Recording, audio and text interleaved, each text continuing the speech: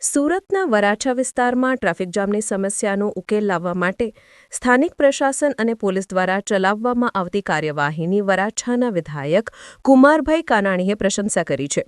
તેમણે આ કામગીરીને વધાવી લેવા લાયક ગણાવી છે. ટ્રાફિકની સમસ્યાથી વરાછાને રાહત આપવા બદલ ધારાસભ્યે પત્ર લખ્યો છે.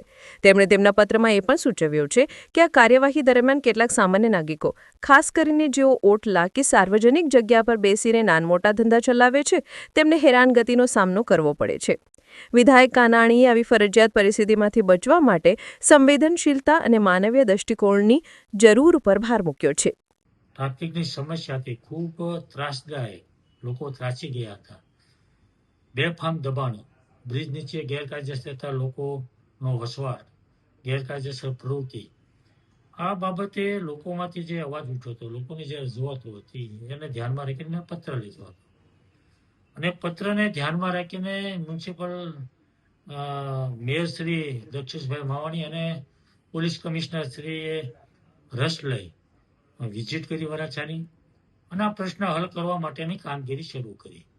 ખૂબ સારી કામગીરી થઈ છે અને એટલા માટે મેં પત્ર એમને અભિનંદન આપવા માટે લખ્યો છે કે આ કામગીરી ખૂબ સારી થઈ છે અને આ કામગીરી કાયમિક ધોરણે રોજે રોજ થતી રહે અને પ્રશ્ન જે દૂર થયો છે ફરીવાર ઊભો ન થાય એના માટેની કામગીરી સતત ચાલુ રહે એવી માગણી કરી છે. પણ એની સાથે સાથે એક સૂચન પણ કર્યું છે કે મને જે ફરિયાદ આવી છે, મારી પાસે જે વાત આવી છે કે અમુક જગ્યાએ અમુક લોકોને એવી ફરિયાદ આવી છે કે પોતાની જગ્યામાં બેઠા હોય, પોતાને